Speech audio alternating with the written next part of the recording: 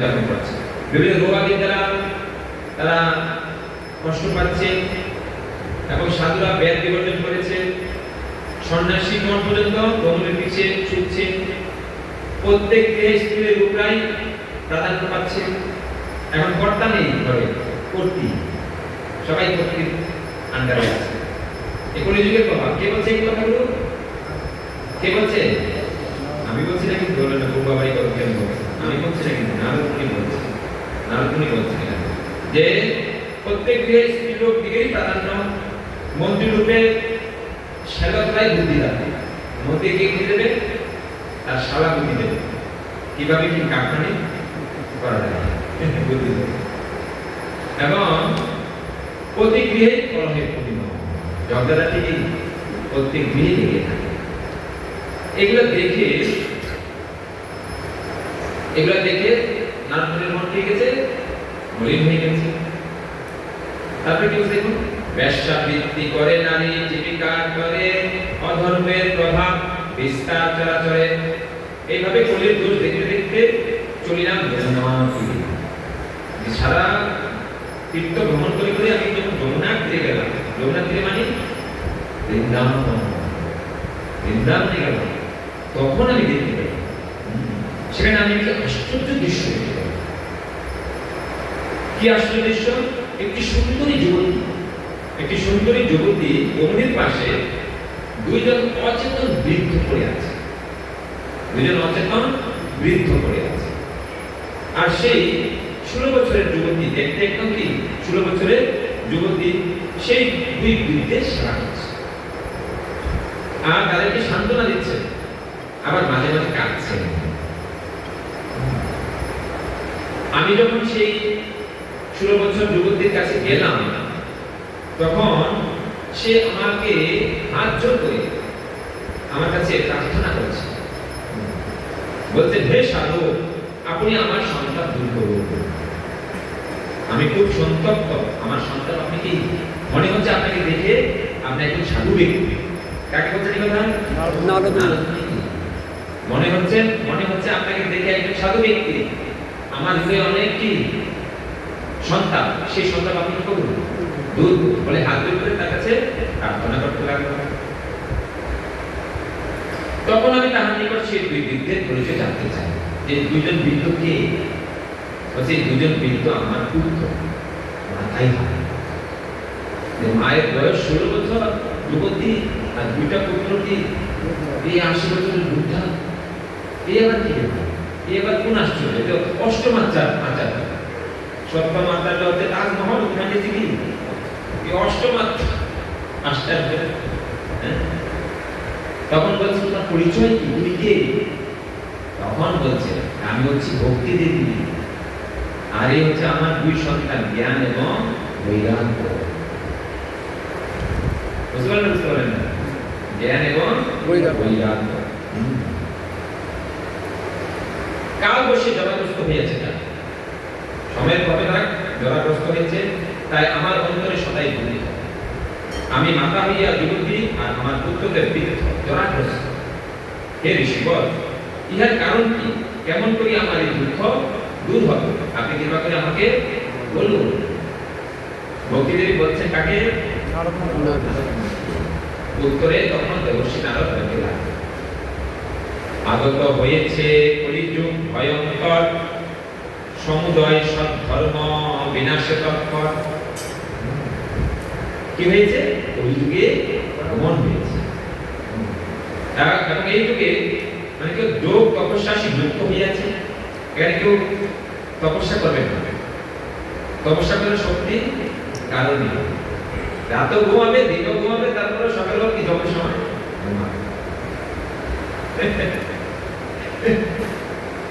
সারা রাত ঘুমাবে, আবার দিনও 2-4 ঘন্টা কি সুযোগ পেলেই চাইবে। তারপরে জব করতে বসে কি কলিযুগের মানুষের কোনো কি তপস্যা নেই, যোগ করার কোনো শক্তি নেই, তপস্যা করার কোনো শক্তি নেই। সকলে অসুরের মতো আচরণ করে। তার মতো আচরণ করে সকলে অসুরের মতো আচরণ করবে। আর সাধুদের দুঃখের তো শেষ নাই। সাধু হওয়া মানে কি? সকলের খিস্তি খাওয়া। যারা সাধু হয়েছে তাদের অনেকটি অভিজ্ঞতা আছে। খিস্তি খেয়েছে তা খাননি, আত্মীয় স্বজন, বন্ধু বান্ধব, প্রিয়জন, বাড়ির জন, ঘরের জন, সবাই কি মনের জন, সবাই কি করছে? খিস্তি মারছে। মারছে না মারছে না? দেখেন বলছে এই কলিযুগে, এই কলিযুগের কথা শাস্ত্রে আগে বর্ণনা করা হয়েছে, এতে আপনারা বিচলিত হবেন না। এগুলো স্বাভাবিক, এগুলো অস্বাভাবিক কিছু নয়, স্বাভাবিক, শাস্ত্রে বলা আছে কলিযুগে এরকমই হবে।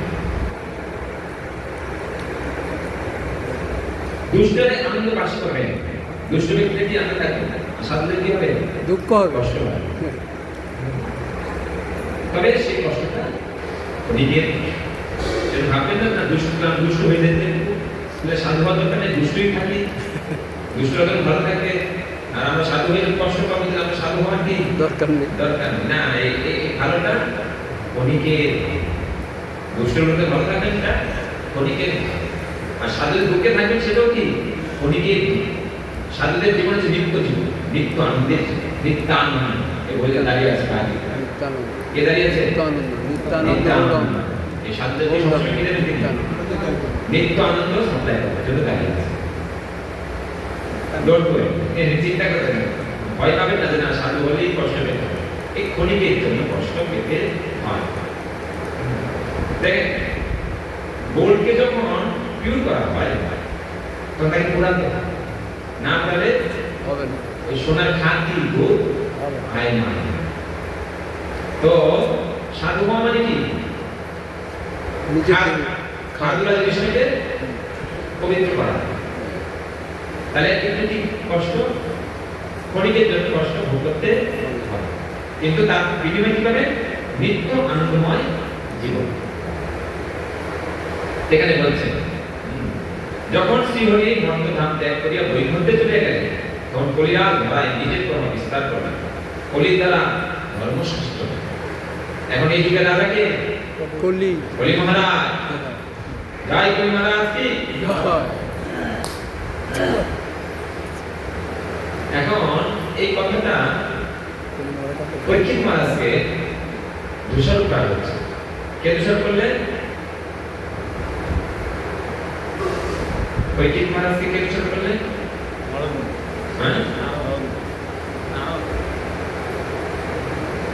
কারণ পরীক্ষিত মহারাজ ছিলেন এমন রাজা যিনি এমন ধার্মিক ছিলেন, তার ধর্মের কারণে কলি প্রবেশ করতে পারছিল। তো এক ব্যক্তি পরীক্ষিতকে দোষারোপ করলেন কেন? একবার ভ্রমণ করছিল পরীক্ষিত মহারাজ, আর এমন রাজা ছিল দিনের বেলা রাজ্য শাসন করতেন, রাতের বেলা ছদ্মবেশে ভ্রমণ করতেন, যে আমার রাজ্যে কোনো প্রজা কষ্টে আছে কিনা, সমস্যা হচ্ছে কি। আর আজকাল আমাদের রাজাগুলো কি করে? রাতের বেলা ঘুরে ঘুরে দেখে কেউ ভালো আছে কিনা, ভালো থাকলে তার সব কি হরণ করা। এখনকার রাজাদের কি অপোজিট, দেখো যত মানুষ কি ট্যাক্স লাগাও নাকি তার ধন হরণ করা। আর পরীক্ষিত মহারাজ কেমন রাজা ছিলেন? দিনের বেলা সুশাসন করতেন, প্রজারা যেন সুখে থাকে। জয় শ্রী রাম রাঘবেন্দ্র কবিতা দিনের বেলা এমনভাবে শাসন করতেন যেন তার রাজ্যের প্রজারা কখনো কোনো দুঃখ কষ্ট না পায়। আর রাতের বেলা ঘুরে দেখতেন কার কি সমস্যা, সমস্যার সমাধান করতেন। একদিন ঘুরতে যখন বেরিয়েছেন, দেখছেন কি একটা ষাঁড়কে একজন শূদ্র রাজবেশ ধারণ করে তার উপরে কি অত্যাচার করছে। দেখে তো মা খারাপ লেগেছে, সঙ্গে সঙ্গে কি আমার রাজ্যে এরকম কাজ। এখন যখন বুঝতে পারলো যে আমাকে কলি বুঝতে পারলো যে আমার অবস্থা এখন শেষ, সঙ্গে সঙ্গে সাহায্য করে কি তার পায়ে পড়ে এবং বলতে আমিও আপনার রাজ্যের এখন কি প্রজা, এখন আপনার আমি শরণাগত, আমাকে আপনি কি স্থান পরিচয় বল, আমি কলি, কলির স্থান নিয়ে আমরা আমি তো প্রজা আপনার, আমি আপনার শরণাগত, আমাকে তো স্থান দিতেই হবে। তখন পরীক্ষিত বলতে ঠিক আছে তোকে স্থান দিলাম, কোথায়? 4 জায়গায়, যেখানে মানুষ কি আমি সাহেব করবে সেখানে থাকবে, যেখানে মানুষ নেশা করবে সেখানে থাকবে, যেখানে জুয়া খেলা করবে সেখানে থাকবে, আর যেখানে অবৈধ সম্পর্ক হবে সেখানে থাকবে। বলছি এত খারাপ জায়গা, একটু ভালো জায়গা দেবেন না? তো ঠিক আছে, যেখানে সোনা থাকবে, যেখানে সোনা থাকবে সেখানে একটু ভালো জায়গা দেবেন। তো এইভাবে কলিকে কি আশ্রয় দিই। তখন কিছু মহাত্মারা পরীক্ষিতের উপর দোষারোপ করছে যে কেন পরীক্ষিত এই কলিকে স্থান দিল। তখনই তো কলিকে কি পরীক্ষিত শেষ করতে পারে, কেন স্থান দিল? তখন বলছেন কারণ এই কলিযুগ ভাগবতে বলছেন বলে দোষে নিরাজন অস্তিহিয়ে মহান গুণ কীর্তনা বেগ বিশ্বস্য মুক্ত সঙ্গ পরম পদে। যে কলিযুগ হচ্ছে দোষের সময়, কিন্তু একটা মহৎ গুণ আছে। সেই মহৎ গুণটা কি? এই কলিযুগে হরিনাম সংকীর্তন দিয়ে কৃষ্ণ স্বয়ং চৈতন্য মহাপ্রভুকে আসবে। এই হরিনাম সমস্ত কলির কলুষে কি নিমিষে দূর করবে। আর এই সুযোগ অন্য তিন যুগে, সত্য যুগে, ত্রেতা যুগে, দ্বাপর যুগে নেই। সেজন্য কলিযুগ কি ধন্য কলিযুগ। দোষের সমুদ্র হওয়া সত্ত্বেও এই কলিযুগ কি ধন্য। সেই জন্য পরীক্ষিত আর পরীক্ষিত ছিল সাধক জ্ঞানী। তিনি শান্ত জিনিসটা জানতেন, কলির শান্ত কি সে জানতেন। সেজন্য তিনি কলিকে কি করেছেন? সেটা ঠিক আছে, আমি আশ্রয় দেব, এই কারণে আশ্রয় দিয়েছি। এখানে আমরা দেখতে পাচ্ছি যে কলির দ্বারা ধর্ম শাসিত হবে। কলিযুগে মহারাজ পরীক্ষিত ক্রুদ্ধ হইয়া তাকে বিনাশ করিতে উদ্যত হইলে কলি তাহার চরণে পড়িয়া শরণ চাইল। তো রাজা তাহার প্রতি দণ্ডায়মান হইয়া তাহার গুণ বিচার করিয়া তাকে বিনাশ করিলেন। এইভাবে কি হলো? তপস্যা সমাধি যোগের দ্বারা ফল লাভ করা যায় না। কেবল কেবল হরের নাম হরের নাম হরের নাম হইল কেবল। বলো নাস্তে গো নাস্তে গো নাস্তে গো দি। কলিযুগে আর কোনো তপস্যা নেই, কোনো যোগ, কোনো জ্ঞান, কোনো অন্য কোনো পন্থা নেই। শুধু একমাত্র কি পন্থা? হরে কৃষ্ণ হরে কৃষ্ণ কৃষ্ণ কৃষ্ণ হরে হরে হরে রাম হরে রাম রাম রাম হরে। একমাত্র পন্থা হচ্ছে কলিযুগে ভগবানের নাম। হরে কৃষ্ণ নাম এটি শ্রেষ্ঠ নাম না কলি কলম শোনা শোনা না তো করো পায় সর্ববেদেষু দৃশ্য। এই যে 16 অক্ষর না 16 নাম 32 অক্ষর সমন্বিত এই হরিনাম এই সমস্ত কলি কলুষতা নাশ করার শক্তি তার মধ্যে নিহিত আছে। অতএব যারা এই কলিযুগে হরিনামকে আশ্রয় করবে, কলির সমস্ত কলুষ থেকে তারা কি মুক্ত হয়ে যাবে। এবং আর কোনো উপায় নেই কলির কলুষ থেকে মুক্ত হওয়া। সমস্ত বেদ বেদান্ত শাস্ত্র তাই বলেছে। এইভাবে যখন দেখতেন নারদমুনি আপন চিত্তকে সংযত না করিয়া গন্তব্যবাদিতে বশীভূত হইয়া পার্শ্ব জীবনে আশ্রয় গ্রহণ করিতেছে, আর শাস্ত্র অভ্যাস না থাকায় জ্ঞানযোগ ফল নষ্ট হইতেছে। কামাতুর হইয়া সবাই ভ্রমণের চিন্তা। মানে কোন যুগে কি কি অবস্থা বর্ণনা করছে নারদমুনি। তো দেবর্ষি নারদের এমন বাক্য শুনে ভক্তিদেবী বিস্মিতা হইলেন। তারপর বলেন, হে দেবর্ষি, আজ আমার পরম সৌভাগ্য যে আমি আপনার দর্শন লাভ করেছি। আপনার ন্যায় সাধুগণের দর্শন এই জগতে হয় সর্বসিদ্ধির কারণ। যে যখন কোনো মানুষ তার উপকৃত সুকৃতির ফলে কোন সাধুর দর্শন লাভ করে, সাধুর সঙ্গ লাভ করে, তখন তার কি হয়? তার জীবনে সর্বসিদ্ধি প্রাপ্ত হয়। অতএব আজকে আমার জীবনের সিদ্ধি আমি প্রাপ্ত হয়েছি আপনার মতো সাধুর দর্শন পেয়ে। তখন তা আমাকে বলুন আমার এই অবস্থা থেকে আমি কিভাবে মুক্ত হব। তখন বলছে, তুমি এক কাজ করো, তুমি চিন্তা করো না, তুমি তো ভক্তি দেবী, এই কলিযুগের কথা তুমি চিন্তা করো না। এবং কলির প্রভাব সম্বন্ধে খুব শঙ্কিত ছিল ভক্তি দেবী। এই কলিযুগে এই অবস্থা, আমার এই দুই সন্তান বৃদ্ধ হয়ে গেল, আর কলির এমন প্রভাব, বলছে না তুমি কলিযুগে তুমি এখন চিন্তা করো, আমি কথা দিচ্ছি, আমি নারদ কথা দিচ্ছি, কলিযুগে আমি তোমাকে প্রতি ঘরে ঘরে স্থাপন করব। কলিযুগে আমি তোমাকে প্রতি ঘরে ঘরে স্থাপন করব। হরি হরি বল। কাকে স্থাপন করবে? ভক্তি দেবীকে প্রতি ঘরে। আর এই ভক্তি দেবী কিভাবে স্থাপন হবে? যার বাড়িতে ভাগবত ঢুকবে, যার বাড়িতে ভাগবত ঢুকবে তার বাড়িতে ভক্তি কি হবে? প্রবেশ করবে। এক এস্টাবলিশড, ওখান থেকে আর কোথাও যাবে না। সেজন্য প্রত্যেকের বাড়িতে এখানে যারা আছেন সবাই বাড়িতে ভাগবত নিয়ে যেতে হবে। এটা ভাগবত নেওয়ার বিষয়, আর ভাগবত দানের বিষয়। আজকে যদি দান করেন তো আগে বলে দেবেন কি হবে। এখানে বলছেন পূর্বে কোন এক সময় তোমার এক বিনীত প্রশ্ন উত্তরে শ্রীকৃষ্ণ বলিয়াছিলেন, হে দেবী, তুমি আমার ভক্তগণকে ভূষণ করো।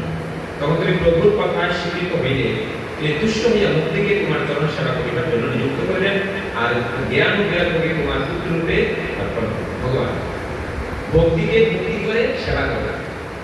যদি কলিযুগে মুক্তির চিন্তা যারা করবে তারা বুদ্ধিমান নয়। ভক্তির সাথে মুক্তি কি ফ্রি, আলুর সাথে সাবান ফ্রি। আমরা তো ফ্রি দিই না, সব জায়গায় ফ্রি দিচ্ছে না, একটা কিনলে আরেকটা ফ্রি দিচ্ছে। তারপর বলছে এখানে ভক্তির সাথে মুক্তি ফ্রি। কলিযুগে যে ভক্তি লাভ করবে সে অটোমেটিক কি মুক্তি ফ্রি। অতএব মুক্তির জন্য আমরা প্রয়াস কারো করার প্রয়োজন নেই। ভগবান এই আশীর্বাদ ভক্তিকে করেছে যে তোমার ভক্তি যে করবে তার জন্য মুক্তি অটোমেটিক। আর তোমার দুই পুত্র জ্ঞান এবং বৈরাগ্য, জ্ঞান এবং বৈরাগ্যকে তোমার পুত্র রূপে অর্পণ করলাম। তখন হইতে তুমি জ্ঞান বৈরাগ্য মুক্তিকে সঙ্গে লইয়া এই ধরাধামে ঘুরিয়া আসা। পূর্ব 3 যুগে আনন্দেই বিরাজ করিতেছিলে, কিন্তু এই কলিযুগে তোমার দাসী মুক্তি এখন বিরিতা, বিনাশের ভয়ে মুক্তি এখন তোমার মুক্তি লইয়া বৈকুণ্ঠে রইয়াছে। তবে তোমার স্মরণ মাত্রই মুক্তি এখানে চলে আসেন। জ্ঞান ও বৈরাগ্য তুমি পুত্র রূপে নিজের পাশেই রাখিয়াছ, কলিযুগে ইহাদের প্রয়োজন না। সেজন্য রূপ গোস্বামী পাদ ভক্তরা সমিত সিন্ধু গ্রন্থে বলেছেন, কি বলেছেন? অন্য বিলাসিতা শূন্যম, অন্য বিলাসিতা শূন্যম জ্ঞান কর্মা অনামিতম, আমি উল্লেখ কৃষ্ণ কৃষ্ণ ভক্তি উত্তমা। ভক্তি কলিযুগে এমন একটা বিষয়, ভক্তি জ্ঞান এবং কর্মের কি আবরণ থেকে মুক্ত। আর ভক্তি এমন জিনিস, ভক্তি যে পাবে জ্ঞান বৈরাগ্য তার সাথে কি, কারণ তার সন্তান রূপে অটোমেটিক আসবে। মা যেখানে যাবে কি সন্তান যাবে, সেখানেই যাবে। আলাদা আলাদা করে জ্ঞানের প্রয়োজন নেই, আলাদা করে কি বৈরাগ্যের প্রয়োজন নেই। যে ভক্তি অনুসরণ করবে, গুরু কৃষ্ণ পরম্পরা ধারায় যে ভক্তি অনুসরণ করবে তার মধ্যে কি জ্ঞান এবং বৈরাগ্য অটোমেটিক। যদি কেউ ভক্তি করে, ভক্তির নামে ছলনা করে আসবে না। যদি কেউ ভক্তি করে, যথাযথ ভক্তি করে, ভক্তি করলে তার কাছে জ্ঞান এবং বৈরাগ্য কি লাভ হবেই হবে। এই কথা ভগবান ভক্তিদেরকে বললেন। তুমি চিন্তা করিও না, কলিযুগের মতো অন্য কোনো যুগ নাই, সকলকে আমি তোমাকে নিশ্চয় স্থাপন করিব। তোমাকে প্রতিষ্ঠা যদি করিতে না পারি, আমি হরিদাস এই বৃথা গর্ব করি। নারদ বলছে, তোমাকে যদি প্রতি ঘরে ঘরে প্রতিষ্ঠা করতে না পারি, তাহলে আমি যে হরিদাস গর্ব করি সেই গর্ব কি হতে চিহ্ন হয়ে। অতএব তুমি কোনো চিন্তা করো না, আমি তোমার এই পুত্র দুজনকে কি আবার পূর্বের মতো কি ফিরিয়ে আনবো। এইভাবে নারদকে ঘুরতে সঙ্গে বলে শেষ করে দিচ্ছি। এইভাবে নারদকে ঘুরতে আবার ওই কি বদরুল আশ্রমের এখানে ওখানে আবার 14 মাস সাথে কি তখন ওই কথাটা বলছে যে তুমি আবার দেখছি তোমাকে তোমার চেহারাটা মলিন হয়ে আছে। তখন বললো যে অনেকে আমি অনেকের কাছে গেলাম, অনেকে আমি বললাম ভক্তির এই অবস্থা কি করা যায়। কেউ বলছে বেদ পাঠ করো, কেউ বলছে গীতা পাঠ করো, কেউ বলছে তপস্যা করো, কেউ বলছে উপবাস করো, কেউ বলছে ব্রত করো, সব করে ফেলেছি। আমি কি সব করে ফেলেছি, কিন্তু কোনো কিছু কাজ হচ্ছে না। তখন যখন ওই সনৎ কুমারের কাছে গেলে, জ্যোতিষ কুমারের কাছে গেলে, তারা বললো, আরে নারদ, তুমি এখনো বুঝতে পারছো না, তোমার শিষ্য ব্যাসদেব যখন এত কিছু করেও সন্তুষ্টি বিধান করতে পারলো না, তুমি নিজে গিয়ে তাকে জ্ঞান দান করলে যে তুমি ভাগবত রচনা করো, আর সেই ভাগবত রচনা করে তোমার শিষ্য ব্যাসদেব সন্তুষ্টি লাভ করলো, তো তুমি এখন বুঝতে পারছো না, তাহলে কি করতে হবে? হ্যাঁ, ভাগবত পাঠ করো। এই ভাগবত পাঠ বাকি হলো সমস্ত বেদ পাঠ করে না। বলছে দুধের ভিতরে মাখন আছে, কিন্তু মাখন কিন্তু দেখা যায় না। দুধের ভিতরে মাখন আছে না নেই? আছে। কিন্তু দুধের ভিতরে দেখা যায় মাখন না। মাখনকে দেখে কি করতে হয়? মন্থন করতে হয়। দুধকে প্রথমে দই বানাতে হবে, দই বানিয়ে তারপরে কি মন্থন করতে হবে, তারপরে কি মাখনটা বের হবে। তো বেদের ভিতরেও অনেক কিছু আছে, কিন্তু মাখনটাকে তোমাকে বের করতে হবে। মাখনটা কি? বেদের সার হচ্ছে কি? অমর পুরাণ, শ্রীমদ্ ভাগবত। অতএব তোমাকে ভাগবত পাঠ করতে হবে। তুমি ভাগবত পাঠ করো, তাহলে এই ভক্তির এই সন্তান পুনরায় তার কি ফিরে আসে, পূর্বের জীবনে ফিরে আসে। তখন সেখানে নারদ কি বললেন? বলছে যে ভাগবত আমরা শ্রবণ করবো। ভক্তি দেবীও কোথা থেকে কি চলে এসেছে, এসএমএস হোয়াটসঅ্যাপ এসএমএস করে দিয়েছে, তাদের চলে আসবে। তো ভক্তি দেবী তার সন্তানকে নিয়ে চলে এসেছে প্রতিকার সময়। তখন জ্যোতিষকুমাররা অনুরোধ করলেন নারদ যা আপনারা কৃপা করে ভাগবত শ্রবণ করা, আমরা বসে এখানে কি ভাগবত শ্রবণ। কারণ জ্যোতিষকুমার ভাগবত শ্রবণ মানে পাঠ করলেন, আর নারদ মুনি, ভক্তি দেবী, জ্ঞান, বৈরাগ্য তারা শ্রবণ করলেন। আর যখন ভাগবত শ্রবণ শুরু হলো, আস্তে আস্তে আস্তে তাদের কি বাধ্যতা চলে গেল। আর ভাগবত পাঠ শেষ হলো, সম্পূর্ণরূপে কি তাদের পুনরায় তাদের স্বরূপ তারা ফিরে পেল। এইভাবে ভাগবতের মহিমা, আরো অনেক মহিমা ভাগবত মহানকে বর্ণনা করা হয়েছে। তো আমার বলার উদ্দেশ্য হচ্ছে, ভাগবত একটা এমন শাস্ত্র, আমাদের উচিত প্রত্যেকের গৃহে এই ভাগবতকে কি করা হয়। এবং আরেকটা বিষয় দেখুন, যদি কেউ ভাগবতের পূজা করে, ভাগবত মাহাত্ম্যে একটা শ্লোকে বলছেন, এখন দুর্গা পূজার সময় না, সবাই কেনাকাটাতে ব্যস্ত না, সবাই প্রিয়জনদের জন্য কি কেনাকাটা করছে, অনেক দামি জিনিসপত্র কিনছে এবং কিনে তাদেরকে উপহার দিচ্ছে, আর তারা খুব কি খুশি হচ্ছে, আনন্দ পাচ্ছে। সবাই আমরা প্রিয়জনদেরকে আনন্দ দেওয়ার জন্য আমরা তাদেরকে কি উপহার দিচ্ছি, পূজার উপহার। এখন কোন প্রিয়জন আমাদেরকে ছেড়ে চলে গেছে, ঠিক না? কোন প্রিয়জন আমাদের ছেড়ে চলে গেছে, তাদের জন্য আমরা কি করি? যারা প্রিয়জন আছে তাদেরকে আমরা কেনাকাটি করে দিচ্ছি। যারা প্রিয়জন চলে গেছে, তারা হয়তো অনেকে তাদের কর্মের কারণে নরকে পড়ে কি কষ্ট পাচ্ছে, কেউ পিতৃলোকে কষ্ট পাচ্ছে, তাদের জন্য আমরা কি করি? তাদের জন্য ভাগবত মাহাত্ম্য করছে। ভাগবত মাহাত্ম্যের 8 নম্বর শ্লোকে বলছে, যাবৎ দদামি হে পুত্র শাস্ত্রং ভাগবতং গৃহে যাবৎ পিবন্তি পিতরঃ ক্ষীরং স্বপি মধুদকম। বলছে, হে পুত্র, যে মানবের গৃহে যতদিন শ্রীমদ্ ভাগবত বিদ্যমান থাকেন, ততদিন তাহার পিতৃপুরুষগণ দুগ্ধ, ঘৃত, মধু, জল পান করে। তারা উপবাস থাকে। আর পিতৃলোকে থাকতে, পিতৃলোকের অবস্থা কি হলো? সেখানে কোনো খাওয়া দাওয়া দেওয়া হয় না, সেখানে জলও দেওয়া হয় না। কি এই সকালে ব্রেকফাস্ট, দুপুরে লাঞ্চ, রাতে ডিনার, কোনো কিছু নেই। ওখানে শাস্তি হচ্ছে না খেয়ে ডাক। সেটা পিতৃলোকে আমাদের পিতৃপুরুষরা হাঁকান করে হাঁকা। সেজন্য এই যে পিতৃপুরুষ এবং পিতৃ এক কথা নেই চলছে মহালয়াতে পিতৃপুরুষ তো জল এটা আসছে এখন চলছে বয়াতে চলছে। সেজন্য বছরের একটা সময়ে পিতৃপুরুষদের উদ্দেশ্যে তর্পণ ক্রিয়া কি করতে হয়, পিণ্ডদান করতে হয়। এক বছরের খোরাক তারা পায় পিতৃলোক বাসীরা, যারা আমাদের পূর্বপুরুষ পিতৃলোকে আছে। আবার অনেকে নরকে আছে, এমন পাপ করেছে কি নরকে নরক যন্ত্রণা ভোগ করছে। তো বলছেন যদি কেউ আজকের দিনে এই ভাগবত নিয়ে তার গৃহে রাখবেন, যতকাল এই ভাগবত তার গৃহে থাকবে, হে পুত্র, যে মানবের গৃহে যতদিন শ্রীমদ্ ভাগবত বিদ্যমান থাকে ততদিন তাহার পিতৃপুরুষ হবে, আপনার প্রিয়জন হবে, পুত্রপুরুষগণ দুগ্ধ কিন্তু মধুজন পান করে। যাদের বাড়িতে ভাগবত নেই কি করতে হবে? নিয়ে যেতে অবশ্যই আজকেই নিতে হবে। কারণ আজকে নেওয়া কালকে নেওয়ার মধ্যে কি অনেক তো পারে। শাস্ত্রের কথা।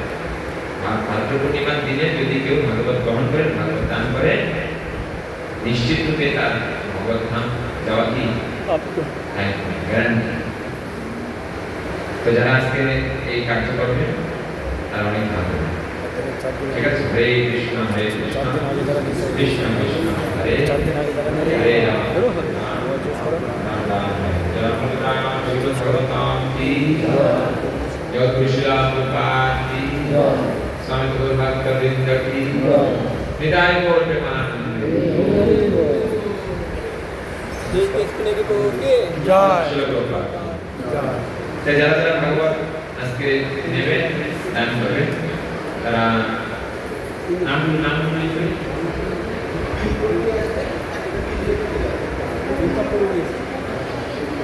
তাহলে 200 না 300